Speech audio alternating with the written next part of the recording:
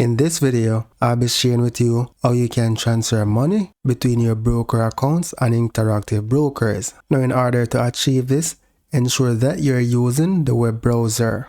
So here you can see my two accounts. You can select the account that you want to transfer the money from. So I'm going to select the one with the $150. Then I'm going to select transfer and pay. Then select transfer funds. And then here, select internal transfer. So my target account was the one that was previously selected and the destination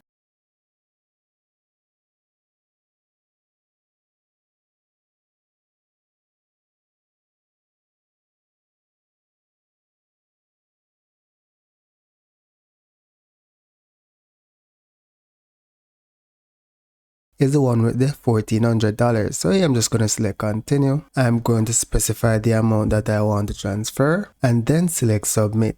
Then select finish. Now let's select home to go back, and within a couple of hours to a day, your transfer should be completed. So that's it for now, guys. Thank you for watching and see you in the next video.